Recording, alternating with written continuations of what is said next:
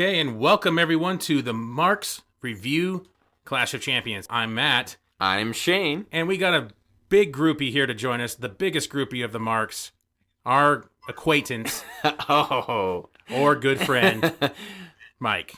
What's going on, boys? Okay, now we're going to break into Night of Champions. Oh, excuse me, Clash of Champions.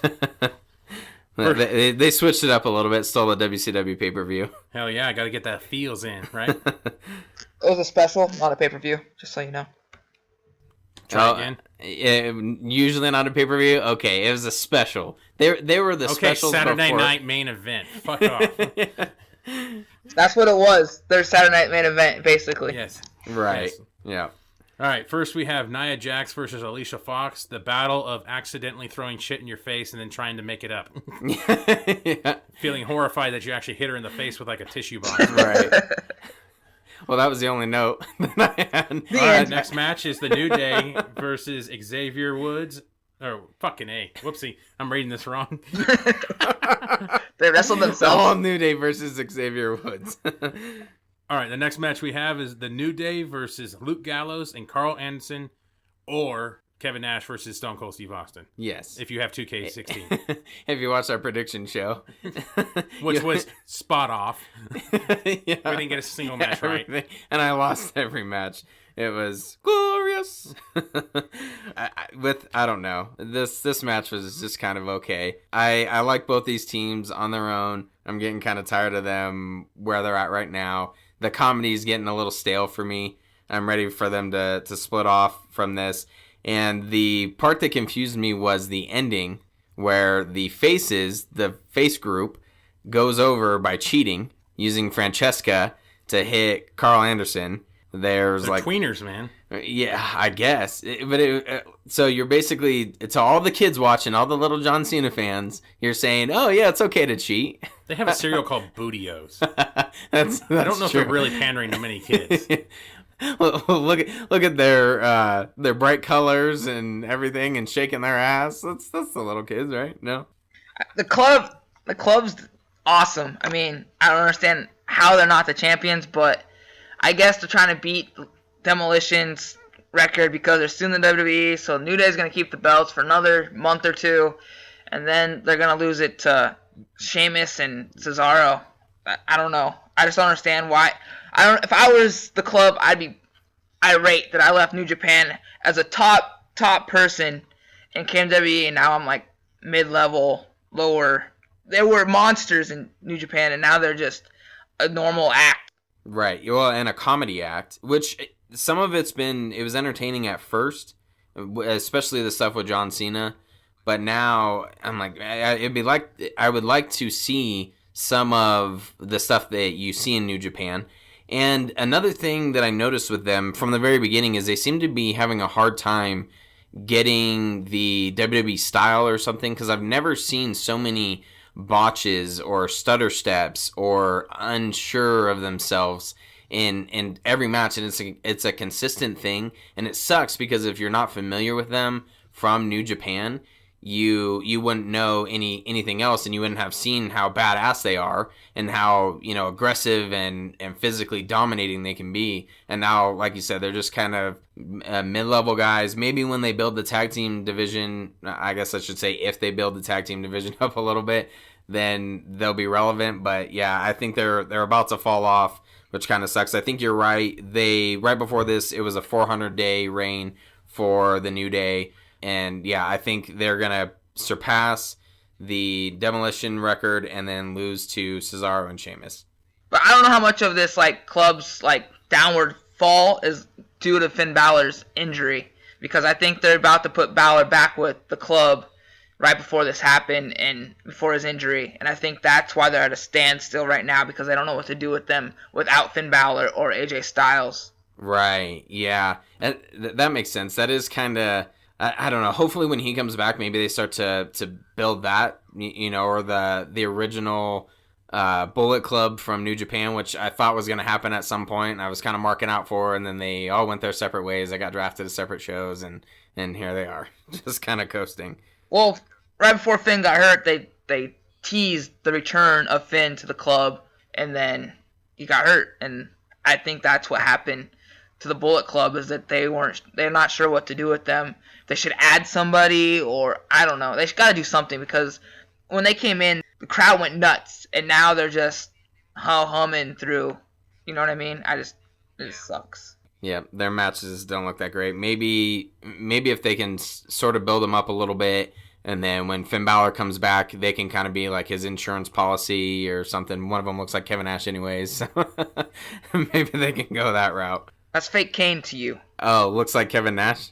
Luke Gallows is fake Kane. Yeah, he used to be the fake Kane. Oh, that's right. Do you watch wrestling, or...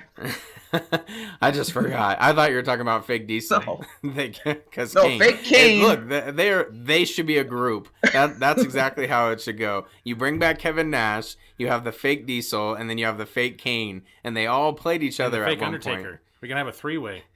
Yeah. The Underfaker, Kane, and the fake Diesel. Yep, I like it. We need Razor too. We should book this stuff. The fake Razor, yeah. Fucking fatal four-way. And Sting. And Sting. All the fake Stings from WCW? Yeah. Oh, hell yeah. Yeah. I like it. Fuck you. All right. Next, we got TJ Perkins versus Brian Kendrick. Yep, for the Cruiserweight Championship. The Cruiserweight Classic was pretty awesome. It was cool to see it finally make it to the main roster. This might be one of my favorite belts, even though it's purple. It has kind of a purple strap. I like the look of the belt. It would have been cooler if they would have maybe gone with black and, the silver over top or whatever. But anyways, looks awesome. Perkins, his entrance was pretty sweet with the video game entrance and everything. That was different. Suicide. No, it's TJ Perkins. And then they added the purple ropes, which we were trying to figure out the timing of like how long it would take to switch out ropes and throw on purple ones. How many promo packages would you have to show to try to give them time to put up the ropes? And take them down. If they're already made, couple of seconds. All right. Well, and that coming from somebody doesn't have a clue. So keep going. No, he didn't wrestle at all.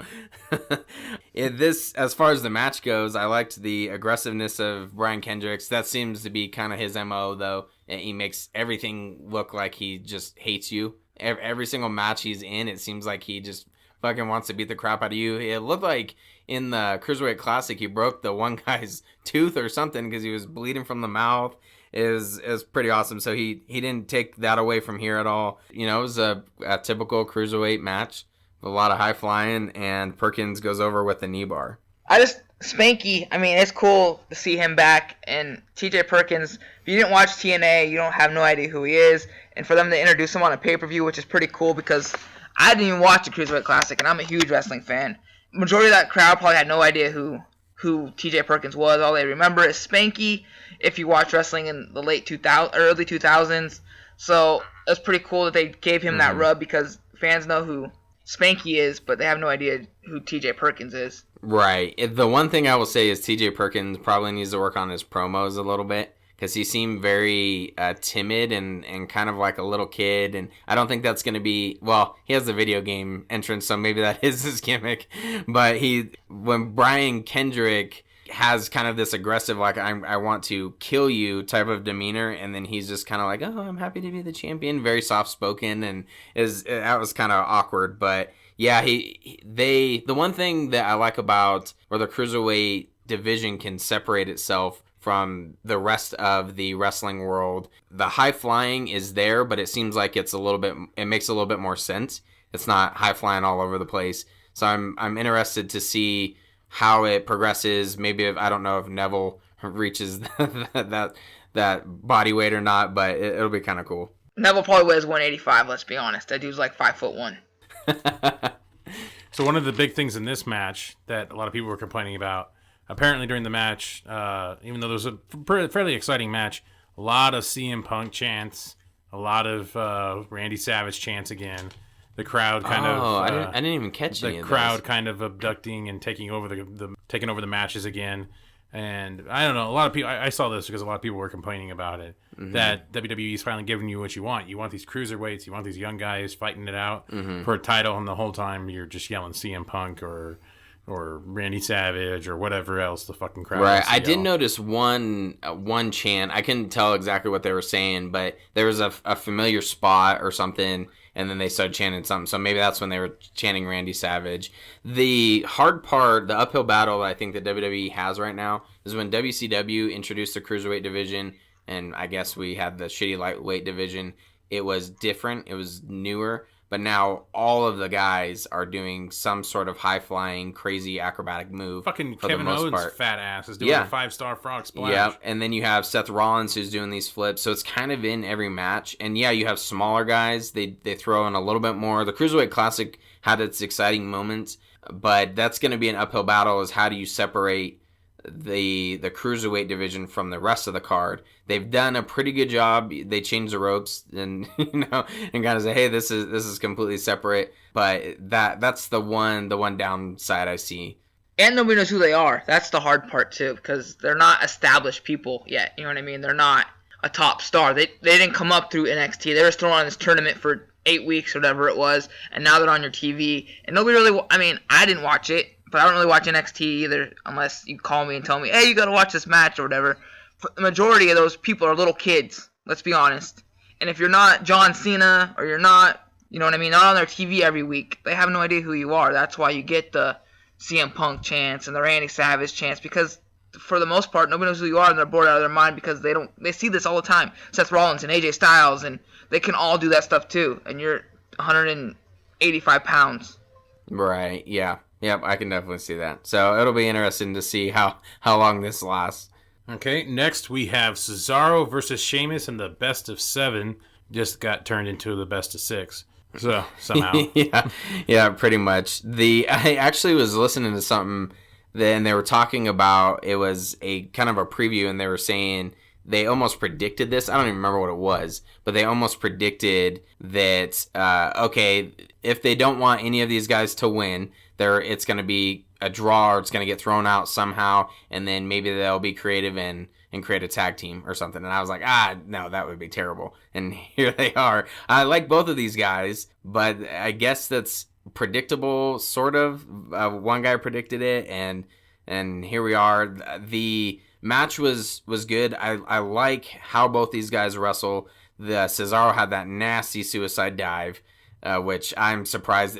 What they should have done is ended it right there if they were going to throw it out anyways, and made it seem like either he can't continue or add one more thing and kind of switch it up real quick and say, hey, let's end it now, because that's what it seemed like it should have ended, not on a clothesline or whatever the fuck it was over the barricade, and now they can't end it or they can't continue. So I don't know.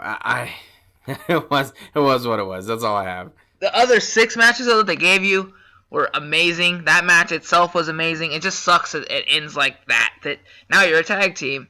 One of those 2 guys should have been made off of this instead of being stuck in the mid-card guy, top mid-card guy, because that's what they are. The 2 of them are top mid-card guys, even though Sheamus has been world champion, but at this point, who hasn't been? It just sucks that they didn't use this best of 7 to make one of them a bigger deal than they are now. Now they're just a tag team. Yeah, I thought this was finally Cesaro's chance. My prediction was exactly how it played out for the most part. Sheamus goes up 3-0. You have the underdog story. Cesaro makes a big comeback. He finally gets his opportunity. He finally gets the Universal Championship match that they did a horrible job at saying this is what the best of 7 is for. They barely mentioned that instead of making it a bigger deal. So I thought that was kind of a failure. But the guys did the best they could with what they had, and then it still ends up biting them in the ass. And they're like, okay, now you're going to be tag champions. And the best part of this whole tournament was that Cesaro kept selling his injuries. He had tape all over him the next match, and then he had it a little bit more the next match, and then he'd have a little bit more here. It was really cool how they continued an actual injury storyline with them, and not just. He was gonna end up and look like the fucking Yeti, dude, if he kept putting fucking tape on him. It was looking that way, but it made a lot of people wonder, as the stuff that I was reading, what was serious and what wasn't. Because they actually kind of continued, and that's one of everyone's biggest complaints with Roman Reigns is that he doesn't sell anything after the fact, and then you get, for example, Kevin Owens coming out in the Royal Rumble limping to the ring. Most wrestlers are just kind of like, okay, I'm done. I'm done selling that. And Cesaro and Sheamus, they both worked those same body parts, made that a part of the story, and like you said, he added tape. So I enjoyed that. I thought that was awesome. And it made people think what's kayfabe and what's not, and which made it even cooler in my mind. Yep, that's always my favorite part of wrestling, is not really knowing, okay, who really hates each other, how is someone reacting, backstage. Like, for example, Brock Lesnar, all over the internet, people were saying, oh, he wasn't supposed to make Randy Orton bleed like that. He was just doing that because of the comments Randy Orton made, and that's exactly what's awesome. What's kayfabe, what is supposed to happen, what's not, and yeah, they did an awesome job with that. But here we are. We'll see if our predictions play out that they're going to be tag champs in like 2 months by the end of the year. Royal Rumble, they'll be the tag team champions wrestling the Bullet Club for the belts at Royal Rumble is my guess. The Bullet Club, that would be nice. That would completely go against where they're going right now. Man, interpromotional fights, man. The club. Wow, the club. ROH versus WWE. That's going to be interesting. What a prediction, Mike. That'd be sick. Well, pretty soon it might be TNA versus WWE because TNA is about to get bought out by Vince. Yeah. No, Smashing Pumpkins. It's going to look like Halloween Havoc every time now. Hey, I'd be all right with that. Macho Man Slim Jims for the corners. Oh, that'd be awesome. All right, our next match is Chris Jericho versus Sami Zayn. This was really hard for me not to give match of the night. It's a toss-up between this and the championship. I may actually give this match the edge because they didn't have really anything other than a short feud that was kind of fueling it, and I loved it. I thought it was awesome. It's too bad that Sami Zayn doesn't have seemed to connected too well with the audience, and he's just kind of floating around. He's having great matches with some top guys, but he's just kind of floating there, and I loved it. I thought everything that they put into this match, it made sense. I was bought into it. Most of the pay-per-view, the first time I was watching it, I wasn't completely paying attention. I was dealing with a 3-year-old, slightly distracted, but sorry. But with this match, I was paying attention. I was glued into it, and then even watching it the second time around, I was like, okay, yep, I knew why I was ignoring the 3-year-old Matt. Like you said, it's match of the night. Chris Jericho does it again. I don't understand what you're talking about, Matt, but Chris Jericho, at the age of 45 or whatever he is giving you the best work he's ever done, probably in the last 10 years since the Conspiracy Theory, I think. Since the Conspiracy Theory WCW. This is the best Chris Jericho we've gotten. Sami Zayn, I mean, since he's been in ROH, has given you quality matches. So the two of them together just gives you, I don't know, magic. I mean, and the fact that Chris Jericho is Kevin Owens' best friend, and Sami Zayn is Kevin Owens' former friend. So that adds a couple little things in there too, you know. Yeah, I didn't even think about that. They talked about that a little bit, played into it a little bit, but yeah, they did a great job. I love Chris Jericho as a heel. I'm so glad he's a heel. I hope he retires as a heel, however much longer he has. The fact that you can get over a stupid scarf and the word "it" is just amazing. He doesn't have the flashy jacket. He doesn't come out with t-shirts like everyone else. Even the other heels, unfortunately, like Kevin Owens, they have t-shirts and he doesn't. He just comes out. He makes fun of himself in a great fashion. He's awesome. It's funny how he's like, I don't want to say he's hitting his stride, but you're absolutely right. This is some of the best material, some of the best matches. The one thing that if I could give him one suggestion, not that he listens, but please change your tights. Because he had a nasty-ass wedgie in this match that he was not fixing. Yeah. And it was driving me crazy. I'm like, fuck. You were just so aroused. Yeah, exactly. I wanted me some Y2J. You wanted your goat. And being a big Bon Jovi fan, I mean, Chris Jericho gives you your Bon Jovi fix every Monday night. Yeah, exactly. And Enzo doesn't let you forget it. All right, next we have the women's title match between Charlotte. Who the fuck would you play? Sasha and Bailey. It's easy to get confused because there's been so many fucking triple threat matches with the women. Well, I kept wanting to say Becky Lynch. Right, exactly. Yeah. That's okay. There's been so many damn triple threat matches. It's cool because these women do put on great matches, but I feel like they're just throwing people in there just to have more names. And then when it's chicks, it's a 3-way. It's not a triple threat. It's a 3-way. 3-way. All right, I like your style. Well, I don't know about Charlotte. We gotta fucking straighten this show up after you're talking about Chris Jericho's ass for fucking.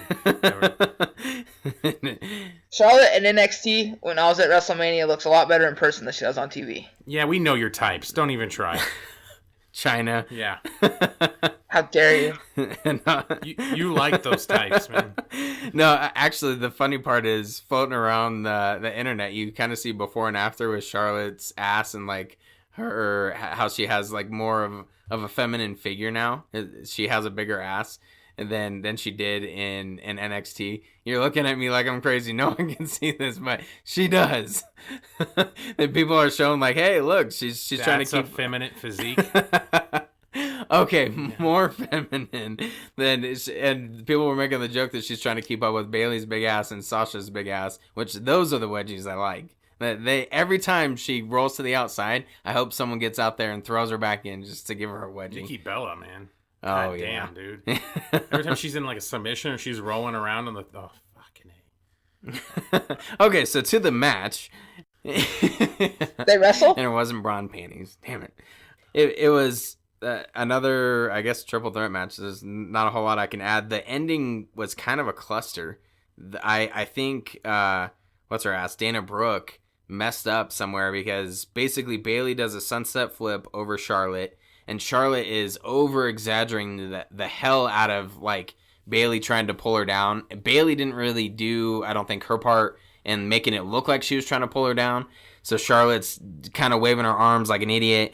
And then basically Sasha starts to get back in the ring, and she gets hit. And then Charlotte is grabbing Sasha by the hair, which you would think would pull her into the ring. Well, she stays there because I'm pretty sure Dana Brooke was supposed to grab the leg. And Michael Cole even says, Dana Brooke, oh, she was grabbing the leg, but she's not anymore. And then all of a sudden, Charlotte kicks Sasha off the apron with a big boot, and then she gives a fucking big boot to Bayley and ends up winning with a big boot. That's a homage to Hulk Hogan, I guess. So that was kind of my takeaway. Charlotte goes over, wins. There's nothing really else to say. I mean, Bayley's over. That's about it. I mean, women's John Cena. All right, moving on. U.S. Championship match. U.S. Championship match, Roman Reigns versus Rusev. Crush. Yeah. Match cuff. Yeah. Most of this match we spent looking up what he says in his entrance and what was on his tights because Us Champ was no longer on there. And that's how you knew he was losing because Us Champ wasn't on his fucking belt anymore. Yeah. Oh, did you figure out what Us Champ meant? No. Oh, that they were the champ. Right, yeah. Right. Okay. U.S. Champ. What? No. How did you figure this out? That's did insane. You Google? You cheated. I can't believe it. It's been Us Champ this whole time. Yeah, that's what I thought. That's only what makes sense. Well, him and Lana are champs together. It was, I don't know. I've seen these two wrestle so many times. Everyone has. Not a whole lot stood out to me. Roman Reigns seemed a little bit more like he had his swagger back, which was good, and not Jack Swagger. Like he kind of had some cockiness. Even some of the moves he did this cockiness. Okay. Yeah. Okay. You kind of glazed over the fucking ness part. You're like, you got a lot of cocky. Well, yeah, he could get a little cocky. Yeah, at least I didn't say he's got a little cock. Anyways. How would you know? Michael research for you. He got the Us Champ for us. Yeah. So, but there's this one part where Rusev's on the outside, and he kind of does this, like, little jump, and then he does this almost a baseball slide sort of through one of the ropes, and it was kind of cool how he did it. And then he does the little drive-by move to Rusev who's trying to recover, so that was kind of cool. Eventually Lana gets kicked out. That kind of, I felt that unfolded a little too fast, like they were trying to speed it up a little bit, because the way that she did it, she didn't really argue. She's just kind of like, I didn't do anything as she's going up the ramp, like not staying there. So that part was kind of weird. Roman Reigns wins with the spear, wins the U.S. Championship. The one thing I thought was cool is the way that he pinned Rusev. Was like he went through a war. He barely lands on him and barely just grabs like his knee pad to do the cover, and that was it. I hate freaking Roman Reigns and the fact that they put another belt on this dude that is not over, that nobody really likes that much, is beyond me. And the crowd was chanting Rusev the whole time, and Rusev's a heel. I mean, he is an over heel. Most of that crowd does not like Rusev. But the whole time it goes, let's go, Rusev. That's saying something about your top babyface. Because a couple months ago, he was supposed to replace John Cena. He was going to be the guy. And now he's not even over. I don't understand how they keep throwing this dude down people's throats. And I'm just sick of seeing him on my TV every week. I'll play devil's advocate a little bit to most of the internet wrestling community, and you're the voice of them now. The thing with Roman Reigns is he at least is getting a reaction. And there were parts when you're watching the match where he's getting a reaction as like, oh, this is where we're supposed to cheer. But wait, it's Roman Reigns, so never mind. And then that's when the chants would start, is almost like to cover up, oh shit, we're cheering for the guy we're supposed to hate. And when he comes out, same thing with John Cena. He doesn't care if they're booing him or cheering him, he's getting reactions. I hope that it's good that they put him more on a mid-card level. It was predictable that they put him that they gave him the United States Championship. But I hope from here they can kind of show his cockiness and his arrogance and his Jack swagger and kind of, play off of that a little bit more and make it seem like he doesn't give a shit, and maybe eventually turn him heel, or maybe people will start to like him because he just doesn't care. They did it for a brief period where he was telling fat guys to shut up and sit down and drink their beers or whatever the line he said, but it didn't last for very long. And then, so maybe they'll start to bring that back. The thing is, though, with Reigns, it's sometimes he gets a reaction. Because if you look back at SummerSlam when they did the Smaj match, or whatever the hell you call it, the fucking no contest or whatever, the whole time when Rusev's supposed to be hurt and this big thing's supposed to happen, they're chanting Slater's name. Yeah, that's true. We want Slater. Right. And fucking Rusev is laying there holding his ribs. No one gave a shit. Yeah, a lot of people complain about that crowd, though. And Mick Foley put an entire rant on social media about how shitty that crowd was because they weren't focused on the main event and because the Universal title was ugly. So, not that I'm blaming the Brooklyn crowd, but I could see where. Yeah. But if you look at, like, most of the time when he comes out, it's not crickets. It's people who are like, oh, I'm so glad you're coming out, you fucking bastard. I'm going to boo you. People make signs that say how much he sucks. And that's at least saying he's on their mind. He's out there and more ways than one, he's probably on their mind. People made signs about Hogan and said how much he sucked, and that's not a lie. Hogan was the worst wrestler ever. People make signs for that's not a fact that Roman Reigns is over because people make signs or boo or cheer him. Little kids cheer him because they're supposed to. But people that are smart and people that see what's going on boo Roman Reigns. It's not like John Cena. Little kids and girls cheer for John Cena, and it's cool not to cheer for John Cena. It's cool to boo John Cena. But with Roman Reigns, I think it's legit hate. I mean, Roman Reigns there's nothing about him that's like, I gotta watch this guy. He's bland at the most part. I think the unfortunate part with Roman Reigns is he was cheered in the Royal Rumble when they thought, oh, you're pushing Batista down our throat. And then CM Punk leaves unhappy and actually tells everyone, yeah, this is exactly what they're trying to do. This is exactly what they tell all the officials. So everyone was kind of like, well, fuck that. And even the stuff that they tell the wrestlers, not just the officials, but everyone, like, okay, you're supposed to make Roman Reigns look strong every match. Make sure Roman Reigns looks strong. And so that pissed people off. But isn't that kind of what they do all the time? They did it with Hulk Hogan, and they figure out, like, okay, this person has a look, and yeah, maybe to an extent, like with Rocky, he was rejected. I think the issue that they have right now is that instead of going, okay, he's being rejected, let's make him a heel, they're still pushing him, which is also, they're struggling with on that aspect as well. So I don't know. I like a lot of things that Roman Reigns does. There are certain things that I don't like about him. I feel like he's being held back in a lot of sense because, like I said, when he cuts loose and almost like breaks character a little bit, you can tell. And then when he jumps back into, oh shit, this is what I'm supposed to say in this shitty promo, then you can tell, like, he's stumbling over it, he's boring. So I think it's unfortunate for him. Maybe a reset or a heel run or something would be great for his character. You were at Royal Rumble or at WrestleMania like I was, okay? Earlier in the night, Rollins was booed out of that building, okay? And then the minute his music hit to cash in that Money in the Bank, what happened? The place went apeshit because they didn't want Reigns to walk out with the belt. Established heel, they went crazy for because they didn't want Reigns to walk out with the belt. That tells you something that dude is not over. Most people were cheering Rollins anyways. They've been struggling. Yeah, he was kind of booed against Randy Orton. With Seth Rollins, same thing that they're dealing with Kevin Owens. He could tell everyone to shut up and, yeah, whatever, suck my dick or whatever. And they'd be like, oh, boo. Yeah, but we still love you. We're still going to buy your t-shirts. That's the issue with that is Seth Rollins was still kind of a middle ground person. I think he had a great match with Brock Lesnar and John Cena right before WrestleMania. Or maybe it was the WrestleMania. Yeah, I think it was right before that Royal Rumble, right? It was after.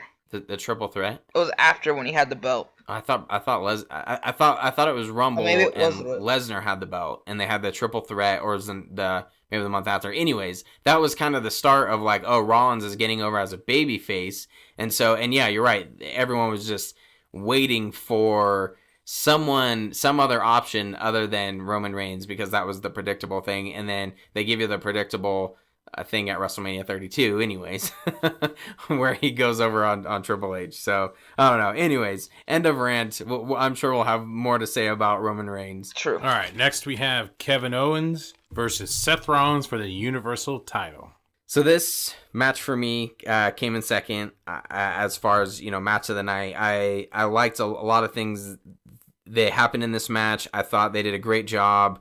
Kind of playing off of the stuff of like Rollins injuring people. It seemed like he was still kind of doing some of the same moves. There's even the part almost right at the beginning of the match where Rollins Irish whips Kevin Owens into the barricade almost the same way that he injured Finn Balor, and Owens starts kind of selling his shoulder. So I thought that was kind of cool that they added that. The ending was pretty awesome. Jericho coming out. Well, okay, I don't know if awesome's the right word, but Jericho came out to help Kevin Owens, which that part was great. All the stuff with Jericho was great. He's just yelling, he's my best friend. Yeah. He's my best friend. Well, even at the end, so Kevin Owens goes over. That part was kind of weird. I know that they're trying to build more into the story of like, oh, Stephanie sent out a new ref, and then Seth Rollins walked right into a pop-up powerbomb. But the funny part was Y2J, when they were going up the ramp, he was saying, "We won! We are the champions!" Yeah, started singing, "We are the champions." So that was fantastic. But these two, they put on a great match. It's cool to see Seth Rollins start to, as we were just talking about, start to get the push as the babyface. It's been a slower push. Maybe this will start to get Kevin Owens more into the heel area instead of this tweener as where he's at right now. So I don't see Steen changing into a tween or a heel because he's so over and he's funny, and it's hard to like make a guy like that, like an Austin or like a Rock, a solid heel. But with Seth Rollins, the guy is money right now. I mean, that place loves him, and he's not trying to be a good guy. He's trying to be like a Steve Austin, where he's like in between but he's going against establishment now because he's against Triple H and he's against Stephanie, and they screwed him over, so he has a gripe against them, and nobody really likes Triple H, but they respect him, and they boo Triple H and they boo Stephanie because they're the heels, and they're the legit heels. Triple H is a legit heel, and to go against Triple H makes you automatically a face in the WWE, and now he's the guy. I mean, he's going to be the top babyface on Raw. And Kevin Owens is going to be kind of like, I don't know, The Rock. Because The Rock was never really a heel in the corporation. He was just the guy that Steve Austin wrestled because he couldn't wrestle Vince McMahon. And he was with Vince McMahon. So he was kind of like go-to heel. But he really wasn't the heel because The Rock would make you laugh every week. That's how I feel Kevin Owens is going to be here on out. Yeah, I think that's a really good comparison with Kevin Owens and The Rock, because that's when The Rock started getting cheered and people enjoyed his promos and stuff like that. And Kevin Owens, he's pretty much a great, like, he's a total package as far as promo, wrestling ability. He's got a great physique, great attire. Fantastic physique. So Jim Cornette's favorite wrestler. You gotta add that. Yeah, exactly. Yeah, I think you're right. Hopefully he'll coast as a heel for a little while, and they won't do the Y2J turn just yet. Or, I mean, as far as like Kevin Owens separating from Chris Jericho, they need to keep them together, I think, for at least another 9 months. And then maybe at that point, Kevin Owens will be ready to turn face, and he can, turn and say, hey, you've been riding my coattails this entire time. I feel that that's where they're building to with the we won and over the top, like, oh yeah, sweet, we're the champion kind of thing. So hopefully they continue with this and don't let the candle burn out too quick. Well, Jericho's done in October, so they're gonna do something real quick. He's going on tour with Fozzy, so they gotta do something. And I don't know what they're gonna do with Jericho. Maybe he'll just disappear for a little while, and then he comes back. They'll have the Jericho versus Steen feud. I don't know, but Jericho's gone after next month for whatever it's called, his Fozzy tours or whatever. Okay, I did not know that. So, well, hopefully then he doesn't change before then, because that would be way too soon. But that would be WWE style. Oh yeah, Big Show will be a heel and a face before next month anyway, so don't worry about Yeah, it. exactly. Well, and thanks again to everybody that joined us, and thank you again to our supposed guest. he threw in some great information By calling a wrestler the wrong name, Steen, over and over again. every time. So thank you, Mike. His name is Kevin Steen. Yes, I know his real name, you asshat. So thank you. Be sure to like, comment, and subscribe, and share this video with everyone and this podcast. Check us out on our social media, on Instagram, Facebook, and the Twitter. All right, and that's it. Mike, do you have any final words? No. Awesome. I want to come back. Can I come back? No. I think so, but we can't go as long. I think this is going to be like an hour. This is going to be really long. Yeah. I'm going to have to cut down a little bit. Lot of shit. The first one went 30-something minutes, and this is 41 minutes? Yes. We're screwed. Okay. Yeah. So, yeah, we'll have you on again. We just got to do one pay-per-view instead of two, and it'll be a lot shorter. Yeah, I was thinking about that. Let's do when TNA gets bought out by Vince. Let's feel our reactions to that. Woo! Another invasion angle. Yeah. This time it'll be NXT. Yeah. Because they're not good enough to invade Raw. Oh, yeah, that'd be great. Yeah, basically. And thanks again for everybody listening. Take care now. Bye-bye then. Oh, fuck you, Mike. Fuck you so much.